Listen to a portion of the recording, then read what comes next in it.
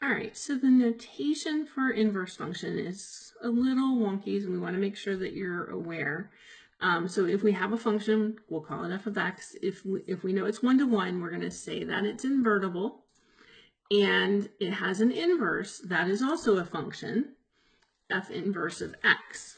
Okay, so this, there we go, is f inverse of x. It's the way that we're normally going to say it, okay? So every 1-to-1 function f of x will have an inverse, f inverse of x. It is very important that you realize that this is not 1 over f of x, okay? These are not the same. This one would be f of x to the -1, right? But the -1 being in between the f and the x changes its meaning completely.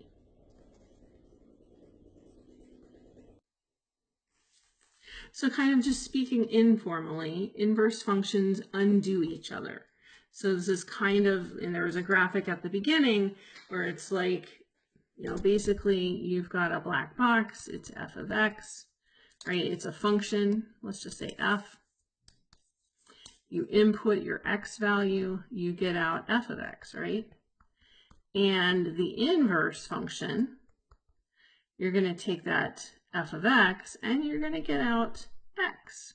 So it kind of, they undo each other, right? So more formally, for y equals f of x, the inverse function means f of y. If you put in the output, you get back the original input. So this has the consequence of this has the consequence that if you've got a point xy on the graph of our function f of x, so here's our generic point xy, then we also know a point on the inverse function. It will be that same point. So let's not call this xy, let's call it like 3, 1. Then we would also have the point 1, 3 on f inverse. Okay, so you just swap the x and the y coordinates. This also means that when we talk about the graph of f of x versus the graph of f inverse, that they are both reflections of each other about the 45-degree line, about that y line y equals x. Okay, so for example, here we've got a graph, right? And we know a couple of points on the function. We've got 0, -5, 2, -1, 4, 11, so that we know on the graph of f inverse, we would have the points -5, 0, -1, 2, and 11, 4, which we'll graph here. I'm going to put them in red though, right? -5, 0, -1, 2, and 11, 4. So, and maybe I can sketch this pretty close. And these will be reflections about that, as close as I can make it. That line's not even 45. There, close enough. Right, there's our 45-degree line, close enough. And these two graphs are reflections of each other about that 45-degree line. Okay, one thing to watch out for, especially with GeoGebra, is that the scale on the plotting area, the Cartesian plane, is not always 1-to-1, so they may not look, strictly speaking, like they're reflections across the 45-degree line, but if you make the scale 1-to-1, they will. Okay.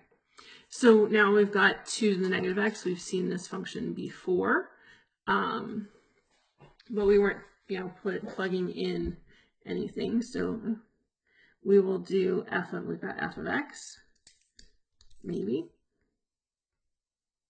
If I can get a good color. There we go, f of x. So, and we can say, okay, great.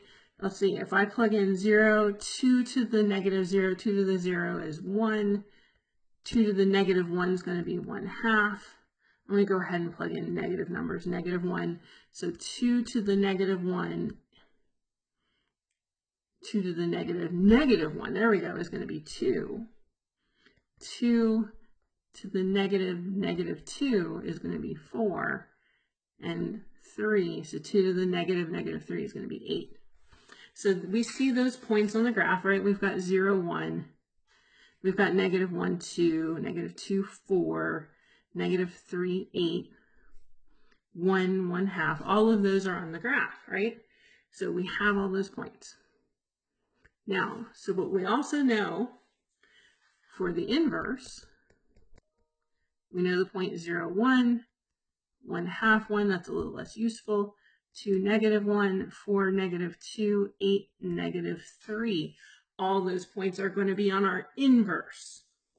So 1, 0, I'm going to put the point there. 1/2, 1, sure, we'll put that there. 2, -1, 4, -2, 8, -3.